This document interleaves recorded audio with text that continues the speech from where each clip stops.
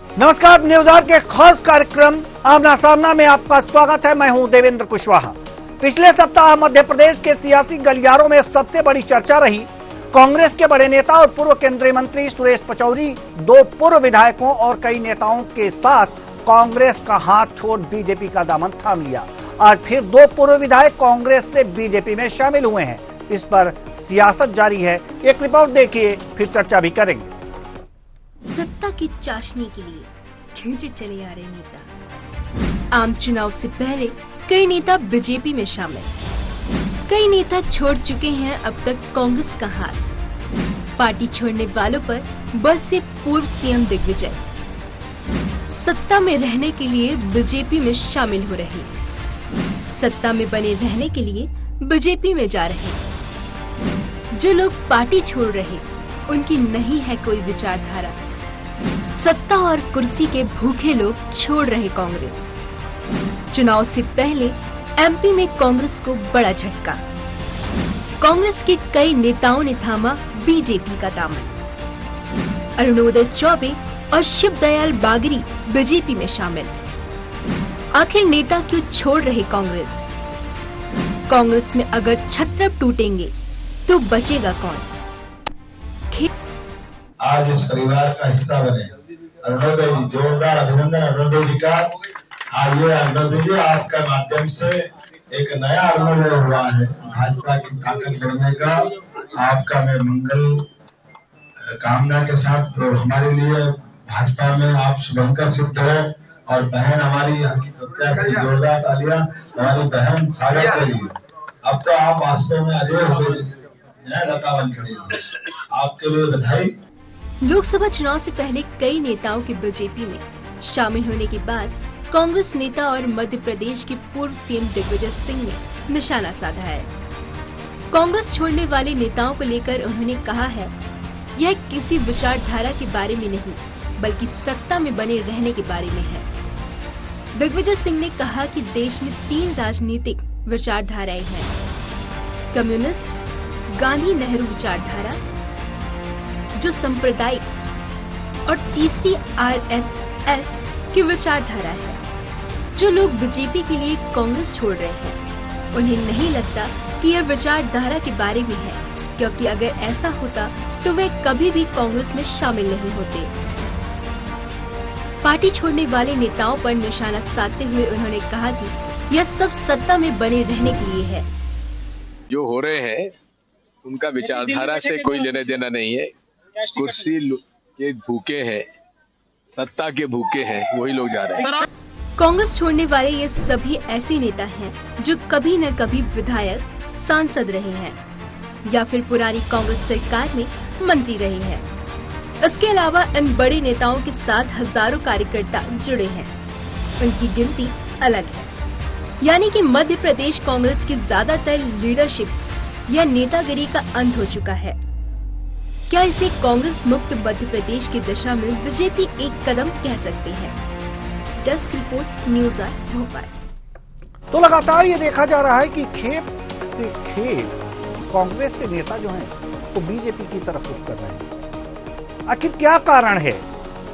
कुछ न कुछ गड़बड़ है। मध्य प्रदेश में लगातार विधायक, मंत्री जो कांग्रेस में रहते हुए विधायक और मंत्री, सांसद थे, वो धीरे धीरे करके बीजेपी की ओर रुख कर रहे हैं और जाकर के उसकी सदस्यता ले रहे हैं। कांग्रेस का हाथ छोड़कर अपने हाथ में कमल का फूल लेकर मुस्कुरा रहे हैं। ऐसा क्यों हो रहा है? मध्य प्रदेश में ये ज्यादातर देखने को मिल रहा है। एक तरह से कहा जा सकता है कि कांग्रेस की मध्य प्रदेश में धीरे धीरे लीडरशिप जो है वो खत्म होती दिख रही है। आज हम इसी मुद्दे पर चर्चा करेंगे और चर्चा के लिए हमारे साथ जो मेहमान जुड़े हुए हैं उनसे आपका परिचय करा दें। प्रदीप राजौरिया, बीजेपी पैनलिस्ट, संतोष परिहार, कांग्रेस प्रवक्ता, रमेश शर्मा जी, वरिष्ठ पत्रकार, तीनों मेहमानों का हम बहुत बहुत स्वागत करते हैं। चर्चा की शुरुआत करेंगे। चर्चा की शुरुआत संतोष परिहार जी, कांग्रेस प्रवक्ता, आपसे। सवाल यह है कि यह देखा जा रहा है मध्य प्रदेश में कि लगातार एक के बाद एक कांग्रेस के बड़े नेता कांग्रेस का हाथ छोड़ रहे हैं। कांग्रेस अपने अंदर कुछ कमी ढूंढ पा रही है? देखिए देवेंद्र जी, कोई भी जाता है तो दुख तो होता है, क्योंकि माननीय पचौरी जी जो है हमारे बहुत वरिष्ठ नेता थे। लेकिन अभी सबसे बड़ी बात यह है कि भारतीय जनता पार्टी के कार्यकर्ता के रूप में ईडी, सीबीआई और कई संस्थाएं काम कर रही है। तो कोई दबाव के चक्कर में जा रहा है, कोई सुविधा के चक्कर में जा रहा है। तो अभी तो कांग्रेस का रास्ता संघर्षों का रास्ता है। ये लड़ाई जो है नाथूराम गोडसे की विचारधारा, गांधी जी के विचारधारा की लड़ाई है। तो इसके अंदर निश्चित तौर पे जो संघर्ष करने वाले लोग हैं वो कांग्रेस पे रहेंगे, और जो सुविधा भोगी लोग हैं, जिनको किसी को रेत बेचना है, किसी को शराब बेचना है, किसी को व्यवसाय बचाना है, तो वो जा रहा है भारतीय जनता पार्टी में। और भारतीय जनता पार्टी में जो वॉशिंग मशीन है उससे धुल के और वो हो जाएंगे। तो ये उनका विषय है, बीजेपी का विषय है। जहां तक कांग्रेस की बात है, कांग्रेस पार्टी पूरी ताकत से, पूरी दमदारी से मध्य प्रदेश में चुनाव लड़ेगी। और आप आगे अपन इस बात पे चर्चा करेंगे। जाने आने से कोई फर्क नहीं पड़ता है, विचारों की लड़ाई है, आंदोलन की लड़ाई है। अभी तो आंदोलन करके पूरे मध्य प्रदेश के अंदर भ्रष्टाचार, लूट, और जो मध्य प्रदेश के अंदर जो है, जब से जो है केंद्र शासित प्रदेश बन गया है, तो उसके अंदर उसकी लड़ाई है। तो कई लोग जा रहे हैं, कई दबाव में जा रहे हैं, कई लोग उसमें जा रहे हैं कि उन्होंने कहा हमारा नहीं, सवाल क्या है? सवाल ये है ना, सुनिए तो सवाल ये है ना जी, सवाल ये है कि जी सवाल यहाँ पर ये है कि जो भी लोग जा रहे हैं, आप कह रहे हैं कि सीबीआई, ईडी के दबाव में भी जा रहे हैं लोग, तो सीबीआई और ईडी का दबाव किन पर होता है? जरूर कुछ ना कुछ गड़बड़ किए होंगे, तो जो गड़बड़ कर रहे हैं उधर जा रहे हैं। आपके कहने का मतलब ये है? नहीं, हमारे कहने का मतलब ये है कि जिसको सुविधा भोगी लोग हैं, जिनको संघर्ष करने की क्षमता नहीं बची है, जो लड़ाई नहीं लड़ सकते रोडों पे, जो भ्रष्टतम मध्य प्रदेश की सरकार है उसके खिलाफ लड़ाई नहीं लड़ सकते, सड़कों पे आंदोलन नहीं कर सकते, जिनको अपना व्यवसाय बचाना है, तो वो जा रहे हैं। क्योंकि यहाँ तो संघर्ष है। तो संघर्ष के अंदर जो है लाठी डंडे खा के प्रदर्शन करके जो है तब स्थिति है। और भारतीय जनता पार्टी के पास तो जो है सबसे बड़ी बात है कि ईडी है, सीबीआई है, इनकम टैक्स है। 350 लोगों को जो है नोटिस देते हैं व्यापारियों को पूरे देश के अंदर, और 350 लोगों को 350 करोड़ चंदा कर लेते हैं। तो सबका रिकॉर्ड है। मध्य प्रदेश भ्रष्टतम प्रदेश हो गया है, महिला अत्याचार में नंबर 1 में, लूट में नंबर 1 है। पूरा आईएएस और जो है आईएएस और आईपीएस वसूली करके मंत्री मुख्यमंत्री को दे रहे हैं। तो ये मध्य प्रदेश में हो क्या रहा है? मध्य प्रदेश में लूट रहे हैं पूरे प्रदेश को, और जनता को दिख नहीं रहा है। हर 10वें दिन कर्ज ले लेते हैं, 4 लाख करोड़ के ऊपर का कर्ज हो गया है। तो ये जो लड़ाई चल रही है, ये विचारधारा की लड़ाई है। और जहां तक जाने की बात है कि पूर्व में भी कांग्रेस से बहुत सारे लोग आए थे, भारतीय जनता पार्टी में जो है सत्ता छोड़ के आए थे।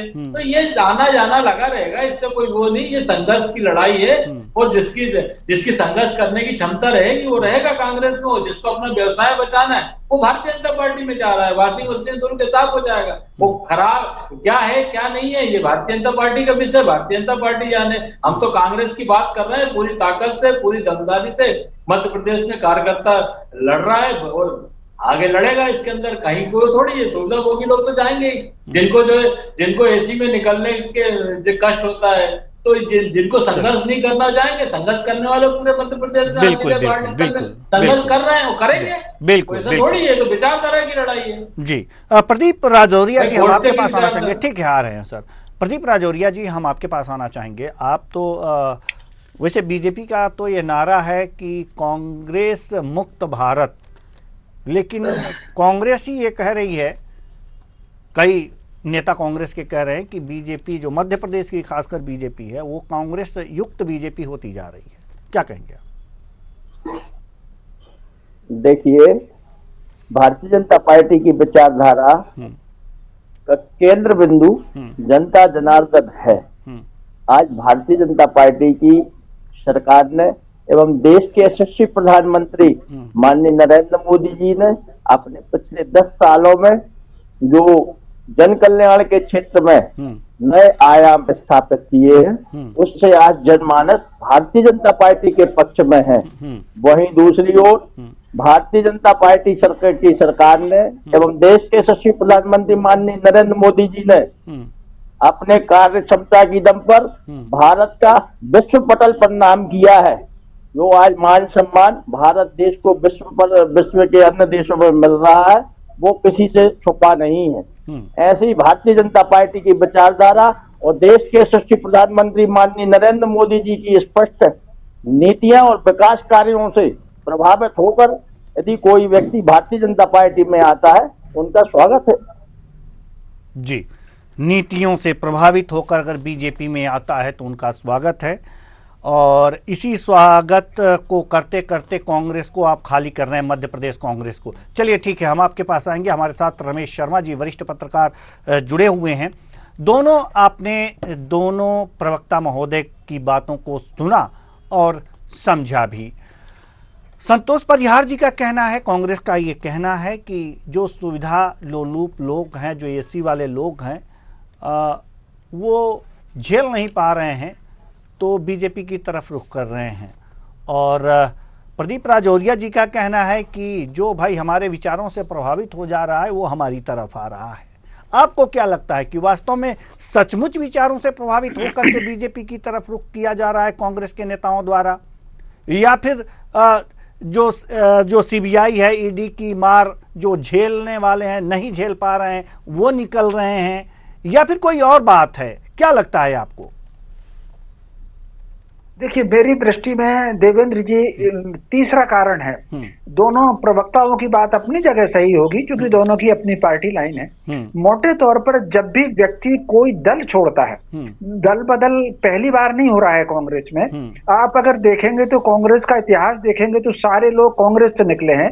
डॉक्टर हेडगेवार कांग्रेस में रहे हैं, सावरकर जी कांग्रेस में रहे हैं, डॉक्टर मुंजे कांग्रेस में रहे हैं, मोहम्मद अली जिन्ना कांग्रेस में रहे हैं, लोहिया जी कांग्रेस में रहे हैं। ये सब कांग्रेस से निकल करके धीरे धीरे गए हैं। दल बदल करने के, पार्टी छोड़ने के 3 कारण होते हैं। एक सबसे बड़ी बात तो निश्चित रूप से कई बार नीतियों पर मतभेद हो जाता है। जो जिस नीति के तहत मालाबार के हिंसा को लेकर के सावरकर जी ने और डॉक्टर हेडगेवार ने कांग्रेस छोड़ी थी, तो कुल मिलाकर के अलग अलग, लोहिया जी ने कांग्रेस क्यों छोड़ी थी, तो कुल मिलाकर के सबके कारण अपने अलग अलग होते हैं। तो अभी 3 जो कारण प्रमुख होते हैं, एक तो कहीं ना कहीं नीतिगत विरोध हो जाता है, पार्टी किसी एक लाइन पर चलने लगती है, कोई एक निर्णय लेती है, इससे नाराज होकर के कुछ लोग पार्टी छोड़ देते हैं।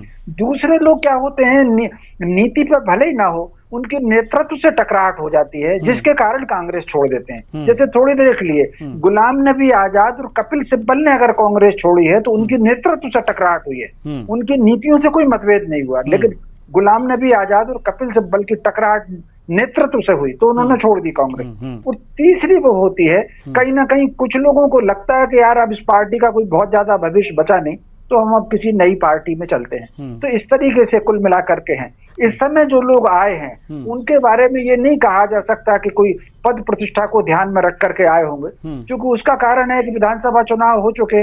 मध्य प्रदेश में 5 साल तक विधानसभा चुनाव नहीं होंगे। लोकसभा के ज्यादातर टिकट बट गए हैं, केवल 4-5 सीट बची हुई हैं। तो जो लोग आए हैं उसमें केवल 1 सीट को छोड़ करके उनकी गुंजाइश नहीं है। जैसे मान लीजिए सुरेश पचौरी जी की गुंजाइश नहीं है कहीं से उनको इस समय टिकट मिलेगा, तो टिकट लगभग फुल है। लेकिन कहीं ना कहीं पिछले काफी दिनों से आप अगर देखेंगे तो ये जो धारा है, सुरेश पचौरी जी वाली धारा है, या संजय शुक्ला वाली धारा है, या वो जो राजू खेड़ी वाली धारा है, ये वो धारा है कि कांग्रेस में रहते हुए भी कहीं ना कहीं इनको सनातन परंपराओं से बहुत लगाव था। आपको देवेंद्र जी याद होगा, विधानसभा चुनाव से पहले संजय शुक्ला ने अपने खर्चे से तीर्थ यात्राएं कराई अपने लोगों को। तो ये जैसे सुरेश पचौरी कहीं ना कहीं मैंने छात्र जीवन से उनको देखा है, वो एक समर्पित कार्यकर्ता रहे हैं। और युवक कांग्रेस की जो धारा थी या छवि मोड़ने का अगर किसी को श्रेय जाता है युवक कांग्रेस की एक व्यवस्थित संगठन बनाने का, तो वो सुरेश पचौरी को जाता है। और जिसका पुरस्कार राजीव गांधी जी ने उनको दिया था, वो अपनी सबसे छोटी उम्र के राज्यसभा सदस्य थे। तो मोटे तौर पर ये सारा का सारा कारण है। और इसमें कोई शक नहीं कि आपने जो कहा कि भाजपा भी धीरे धीरे कांग्रेस युक्त हो रही। कहीं ना कहीं जो लोग जब आ रहे हैं थोड़ी बहुत तो नीतियों का पालन करते हैं, लेकिन कहीं ना कहीं उनका अपना व्यक्तित्व होता है, उसका प्रभाव भी उस पार्टी में होता है। तो कांग्रेस समय के साथ कांग्रेस युक्त होगी। लेकिन जो कांग्रेस भाजपा का जो फंडामेंटल 4-5 चीजें हैं, भाजपा उसको नहीं छोड़ेगी। जैसे मान लीजिए उनके एक नागरिक आचार संहिता है, 370 उनकी थी। कहीं ना कहीं वो जो गाय को लेकर के हैं, इस बार मान करके चलिए कि अगर मोदी जी आएंगे तो 2-3 मुद्दे होंगे जिनको आगे चल करके करेंगे। करेंगे। जैसे एक नागरिक आचार संहिता का जो उनकी घोषणा है, गाय एक मुद्दा हो सकता है, गौ रक्षा का मुद्दा हो सकता है, और 2-3 मुद्दे हैं जिनको लेकर के वो आगे चलेंगे। तो जो लोग भी आ रहे हैं उनको इनके साथ तो जुड़ना पड़ेगा। बाकी कुछ चीजों में वो उदारता ले सकते हैं कांग्रेस के लोग जो आ रहे हैं, इनके कहने से सामाजिक समरसता को लेकर के सबका साथ सबका विकास है, ये वाला नारा जो कभी मोदी जी ने दिया था वो नारा प्रबल हो सकता है, ताकि माइनॉरिटी भी विश्वास के साथ आए। जो लोग कांग्रेस के आ रहे हैं भाजपा में, निश्चित रूप से ये प्रभाव पड़ेगा, माइनॉरिटी के लोगों को भी साथ लेकर के चलना। जी संतोष परिहार जी, हम आपके पास आना चाहेंगे। देखिए, जब घर कोई छोड़ता है तो जरूर कोई न कोई कारण होते हैं। 3 कारण तो हमारे वरिष्ठ पत्रकार महोदय ने गिनाए हैं। तो जो इस समय छोड़ करके आपको जा रहे हैं, उनको आखिर ये क्यों छोड़ करके जा रहे हैं, इसका एनालिसिस आपने किया? कुछ न कुछ, क्या कांग्रेस में कोई कमी नहीं है? बस जो सत्ता के लोलूप है, जो आसानी से एसी में बैठना चाहते हैं, वो सत्ता की गोद में जाकर के बैठ जा रहे हैं। क्या आपने कांग्रेस ने यही एनालिसिस किया है? क्या कुछ और एनालिसिस नहीं किया है कि हो सकता है कि हमारे पार्टी में ही कुछ खामी हो, कुछ उसकी नीतियों में कुछ खामी हो, कुछ हम अपने लोगों को खुश नहीं कर पा रहे हो? क्या वो कहना चाह रहे हैं, उनकी बातें कहीं अधर में न रह गई हो जो निकल नहीं पा रही हो? तो क्या इस तरह से कुछ एनालिसिस कांग्रेस नहीं करना चाहेगी क्या? देखिए देवेंद्र जी, जहां तक पार्टी की बात है, पार्टी ने जो दिया है वो सबको मालूम है। उससे ज्यादा पार्टी क्या दे सकती थी, इसका आकलन आप करिए। जहां तक जो मैंने आपसे पूर्व में कहा था कि मध्य प्रदेश के अंदर पूरे जो है जितने जो लोग गए हैं, इसके अंदर इनको पार्टी ने जो ज्यादा से ज्यादा जो दिया जा सकता था दिया। अब और ये जो गए हैं, अब इसका एनालिसिस तो खुद ही अपन आगे बैठ के चर्चा करेंगे। जहां तक प्रधानमंत्री जी की बात माननीय पत्रकार महोदय ने करी, तो प्रधानमंत्री जी ने ये भी कहा था कि 2 करोड़ लोगों को साल में रोजगार मिलेगा। प्रधानमंत्री यही बोला था 15 लाख सबके खाते में आएंगे। प्रधानमंत्री यही बोला था कि किसानों की आय दुगनी हो जाएगी। और प्रधानमंत्री ने बोला था स्मार्ट सिटी पूरे देश के अंदर, तो हर जगह कहाँ पे स्थिति, एक जगह स्मार्ट सिटी काम खत्म हुआ तो बताइए। प्रधानमंत्री आवास में जो है 30% से ज्यादा कहीं काम हुआ तो बताइए। सारी योजनाएं कागजों की भेंट चढ़ रही है। भ्रष्टतम मध्य प्रदेश, केंद्र शासित मध्य प्रदेश में कोई काम हो नहीं रहा है, केवल लूट और हफ्ता वसूली चल रही है। तो आप दिख तो रहा है पूरा उसके अंदर। मैंने बोला ना कि जिसकी संघर्ष करने की, कांग्रेस की लड़ाई संघर्षों की लड़ाई है, विचारधारा की लड़ाई है, गांधी जी की लड़ाई है, गांधी जी के सिद्धांतों में चलने वाली लड़ाई है। इनने रातों रात जो विचारधारा को जेब में रखकर दूसरी पार्टी में जा रहे हैं, तो दूसरी पार्टी जाने वो जाने, उनके बारे में हमको सोचे। वो जहां तक देने की बात कर रहे हैं देवेंद्र जी, तो इनको तो जो मिला है, कई कार्यकर्ता हैं जिनको जो है उसका एक नाखून बराबर भी नहीं मिला होगा। तो क्या मिला है क्या नहीं मिला, उनका बायोडाटा पढ़ लीजिए, ऐसा कोई पद नहीं जो नहीं मिला हो। तो ये सब बातें क्या है देवेंद्र जी, जब संघर्ष करने की क्षमता खत्म हो जाती है, एसी की आदत पड़ जाती है, रोड पे डंडे नहीं खा सकते, प्रदर्शन नहीं कर सकते, तो ऐसे लोग जाएंगे ना, तो ऐसे लोग जाए तो चले जाए तो अच्छा है। कम से कम जो और कार्यकर्ता जो पूरे संघर्ष करके जो पार्टी का कंधा से कंधा मिलाकर जो पार्टी के लिए खड़ा है, कम से कम वो होगा।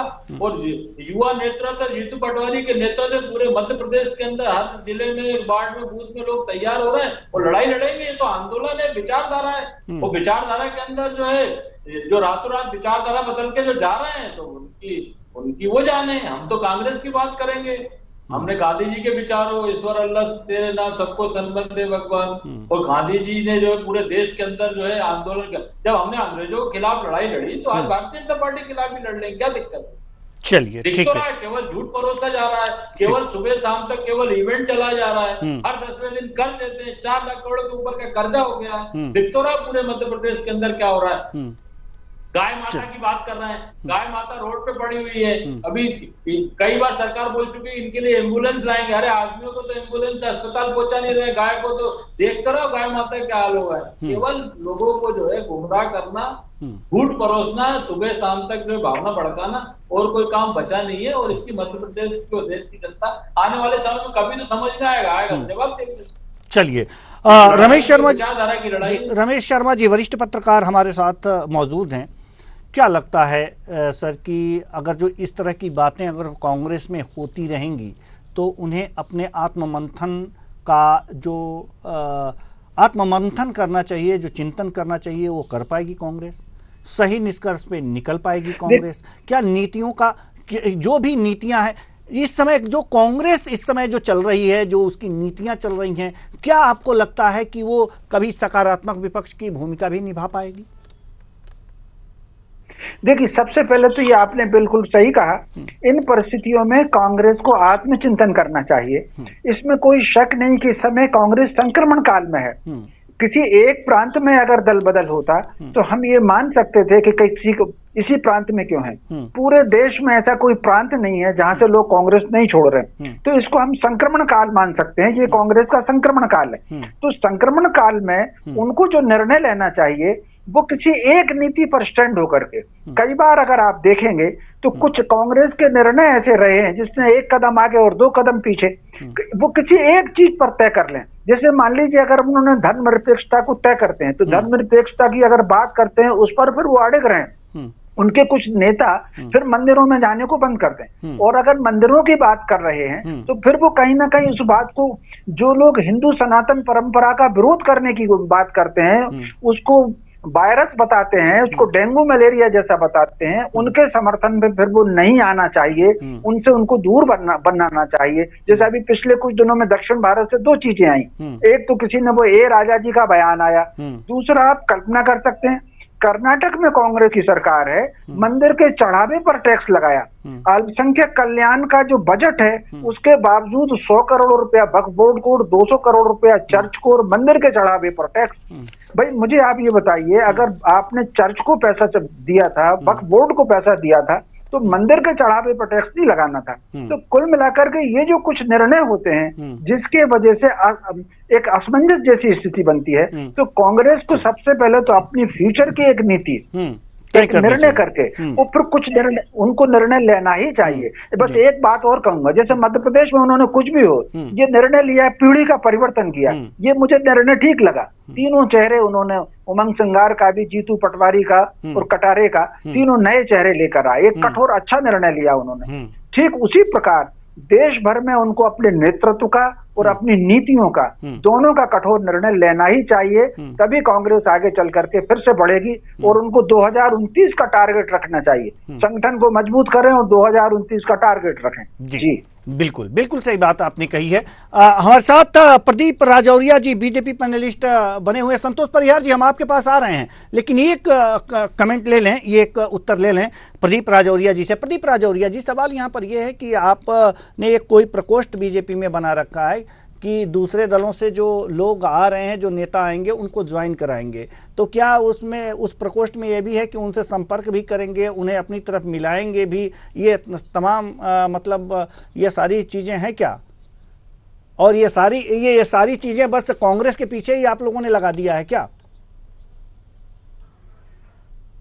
देखिए, भारतीय जनता पार्टी की स्पष्ट जनहित की नीतियां और सबका साथ, सबका विकास और सबके विश्वास के साथ में जन कल्याण के लिए काम करने के लिए संकल्पबद्ध है। देश का समुचित विकास के लिए सभी का विश्वास हो, सभी मिलजुल कर आगे आके काम करें, ये ध्येय वाक्य लेकर भारतीय जनता पार्टी की जो नीतियां है, विचारधारा है, जो प्रभावित होकर आ रहे हैं वो भारतीय जनता पार्टी के कार्यकर्ता है। और निश्चित रूप से भारतीय जनता पार्टी का परिवार बढ़ रहा है और इससे विकास के और जन कल्याण में जी संबल मिलेगा भारतीय जनता पार्टी के वरिष्ठ नेताओं को। और आप देखना, आप तय मानिए, प्रदेश की 29 लोकसभा सीटों पर प्रचंड बहुमत से भारतीय जनता पार्टी की विजय होने जा रही है। इसी तरह से लोग लगातार बीजेपी ज्वाइन कर रहे हैं, तो आपकी बातों में दम दिखता है। चलिए, बहुत बहुत धन्यवाद प्रदीप राजौरिया जी आपका, आप जुड़े और हमसे बातचीत किए। लेकिन अभी हमारे दो मेहमान हैं, उनसे थोड़ी सी बातचीत और करेंगे। बहुत बहुत धन्यवाद राजौरिया साहब। तो संतोष परिहार जी, आप कुछ कहना चाह रहे थे? संतोष परिहार जी, कि हिंदू सनातन तो सनातन धर्म में ये थोड़ी है कि हम मंदिर नहीं जाएंगे, और हम मंदिर नहीं जाएंगे ये क्या भारतीय जनता पार्टी के नकली नेता नकली लोग तय करेंगे? हम हिंदू हैं, धर्म की चोट पे हिंदू है, मंदिर जाएंगे। और जो जिस समाज का वहां जाए उसमें कोई हमारा धर्म ये थोड़ी बोलता है कि आप जाके जो अव्यवस्था फैलाइए दूसरे धर्मों में, ये थोड़ी बोलता है। और जहां तक टैक्स की बात है, टैक्स तो राम राजा सरकार को जो टैक्स आया था इनकम टैक्स का, आपके रेलवे ने मंदिर बन जाने के बाद कोई निमंत्रण नहीं देता है संतोष परिहार जी। देखिए ये जो बातें हैं कि कोई हिंदू है तो हिंदू जाएगा ही मंदिर, जो जाति धर्म का है उस जाति धर्म का जाएगा। जहां तक जो लोगों को जो मूर्ख बनाने वाली जो बातें चल रही है कि इनकी फ्रेंचाइजी थोड़ी है भारतीय पार्टी के लोगों की। अरे लोगों को रोजगार दीजिए, लोगों का अस्पताल खोलिए, अस्पतालों में लोग जाते नहीं, प्राइवेट अस्पतालों में जाते हैं। व्यापारी जो है पलायन करके जो बाहर के प्रांतों में जा रहा है व्यापार करने के लिए।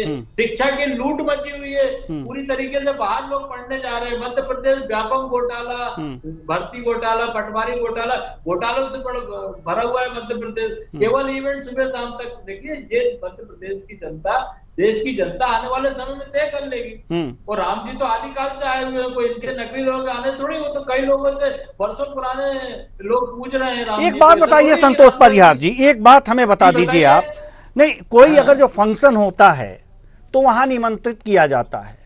चलिए अगर जो कहीं गांव में भी अगर जो मंदिर बनता है, सबके सहयोग से बनता है, तब भी पूरे गांव को आमंत्रित किया जाता है जिस दिन प्राण प्रतिष्ठा होती है। और जो मंदिर का जो कमेटी होती है वो सबको आमंत्रित करती है। उसके बाद जब मंदिर बन जाता है तो पूजा अर्चना के लिए कोई जाए न जाए स्वतंत्र रूप से होता है, लेकिन अगर उस दिन अगर निमंत्रण पर ना जाए तो कष्ट तो होता है मंदिर समिति को। अच्छा आप ये नहीं मंदिर समिति को कष्ट तो होगा ना सर। नहीं ये बताइए शंकराचार्य जी ने क्यों मना कर दिया? उनने का अधूरा निर्माण है। शंकराचार्य देश के सबसे बड़े। अब हमें ये बताइए, हमें शंकराचार्य जी की बात आप अलग रखिए, हमें थोड़ा सा ये बता दीजिए। मंदिर पे ही चर्चा हो रही है तो हमें ये बता दीजिए, भगवान राम जी कोई नकली लोगों के आने से थोड़ी, भगवान राम जी आदिकाल से चले आ रहे हैं। नहीं संतोष परिहार जी, भगवान राम के बारे में क्या बोल रहे हैं बताइए। सुन तो लीजिए, मेरी बात सुन लीजिए। शंकराचार्य जी ने मना करा, क्यों करा? ठीक है शंकराचार्य जी ने मना किया। नहीं ठीक है, शंकराचार्य जी इवेंट कर रहे हैं। ठीक है, केवल लोगों अब मेरी भी सुन लीजिए ना सर, समय बहुत कम है, मेरी भी सुन लीजिए। हमें एक बात बताइए, हमें एक बात बताइए, मेरी भी बात सुन लीजिए। मेरे प्रश्न का एक उत्तर ये दे दीजिए कि भगवान रामचंद्र जी जब लंका जा रहे थे, श्रीलंका, और सेतु का निर्माण होना था, उससे पहले उन्होंने भगवान शिव के जो शिवलिंग है उसकी स्थापना की और पूजा अर्चना की। कौन सा मंदिर बना हुआ था वहां पे? मंदिर का निर्माण कर लिए थे, उसके बाद से उन्होंने पुल का निर्माण किया। बताइए जरा। देखिए देवेंद्र जी, जब आदमी मरता है, खत्म होता है, तो राम नाम सत्य है। रामचंद्र जी का नाम शुरू से जो है ना, हर आदिकाल से जो है दिलों में लोगों, बिना राम के आदमी पालनहार नहीं हो सकता। और आज ये नकली लोग नकली बातें कर रहे हैं कि हम लाएंगे। अरे तुम कौन होते हो राम जी को लाने वाले? राम जी तो आदिकाल से चले आ रहे हैं। ये केवल जो है ना, केवल इवेंट करना, लोगों को गुमराह करना, एक दूसरे की भावना भड़काना, तो ये भारतीय जनता पार्टी का काम है, वो कर रही है। और जहां तक कांग्रेस की बात है, कांग्रेस सभी धर्मों का धर्मनिरपेक्ष है ना। चलिए ठीक है, तो सभी धर्मों का सम्मान करते हैं। चलिए ठीक है, करना भी चाहिए ना सर, करना भी चाहिए, करना भी चाहिए। ये तय करेंगे कि हम तिलक लगाए कि नहीं लगाए, हम मंदिर जाए कि नहीं जाए। अरे ये तो हम तय करेंगे। नहीं, जब बुलावा आए वहां ना जाए। नहीं, जब बुलावा आए वहां ना जाए तो कष्ट होता है सर। आप बुलाएं, अगर हम आपके घर ना आए ना, आप मंदिर की स्थापना करें सर, आप अपने मंदिर की स्थापना करें, आप मंदिर की स्थापना करें और हमें बुलाएं और हम ना जाएं तो कष्ट होता है सर, तब आपको कष्ट होगा। आप कैसा इवेंट हुआ देखा, लोग कैसे धक्के ठीक है सर, ठीक है, ठीक से अलग नहीं है। ठीक है सर, ठीक हर है। चीज का बात यह है ना कि थोड़ा सा आत्ममंथन करने की जरूरत है। शंकराचार्य जी को पूछा नहीं, ठीक है, शंकराचार्य ने क्यों मना करा? चलिए, शंकराचार्य जी नहीं गए तो आप भी नहीं जाएंगे, बहुत बड़ा विषय है। चलिए, शंकराचार्य सनातन धर्म के वो है, नेता थोड़ी है। ठीक है सर, नेताओं का काम नहीं है, शंकराचार्य का काम है धर्म की रक्षा। प्रदीप राजौरिया जी के पास आएंगे हम, ये एक सवाल और लेंगे। बहुत अच्छी बात है कि आप हमारे साथ पुनः जुड़े हैं, हमारा सौभाग्य है। प्रदीप राजौरिया जी, सवाल यहां पर यह है कि जो बीजेपी की नीतियां हैं उसकी तो हम सराहना करेंगे ही। जो बीजेपी की नीतियां हैं वो सराहनीय हैं। जो मेहनत है, बूथों तक जाकर के मेहनत करने की जहां तक बात है, ये भी आपके कार्यकर्ताओं की हम सराहना करेंगे, अच्छी बातें हैं। लेकिन ये एक चीज है, वो ये कि बात जो कांग्रेस कहती है ना कि वास्तव में जो बीजेपी में मिल जाता है जाकर के वॉशिंग मशीन में धुल जाता है। तमाम ऐसे उदाहरण हैं, संतोष परिहार जी दे देंगे, आपको उदाहरण दे देंगे। तो ये चीजें नहीं, ये चीजें तो नहीं होनी चाहिए। अगर जो दोषी है तो आपका पार्टी ज्वाइन कर लिया तो उसके ऊपर से सारे जांच हट जाते हैं। ये क्या है? ये तो दबाव की राजनीति कही जा सकती है। प्रदीप राजौरिया जी।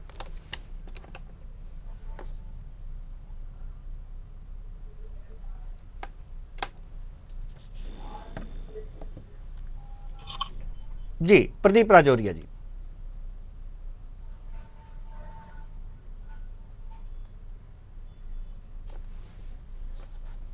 जी जी प्रदीप राजौरिया जी, आपकी आवाज नहीं हम तक आ पा रही है जी, आपकी आवाज हम तक नहीं पहुंच पा रही है। चलिए चलिए प्रदीप राजौरिया जी, दुर्भाग्य है कि आप दूसरी बार जुड़े, लेकिन हमारी आपकी आवाज हम तक नहीं पहुंच पा रही है। हम रमेश शर्मा जी का रुख करेंगे क्योंकि समय बहुत कम है। हम रमेश शर्मा जी का रुख करेंगे। वास्तव में यही सवाल आपसे हम करना चाहते हैं, यही उत्तर लेना चाहेंगे आपसे कि देखा यही जा रहा है कि जो बीजेपी में जा रहा है वास्तव में धुल जा रहा है।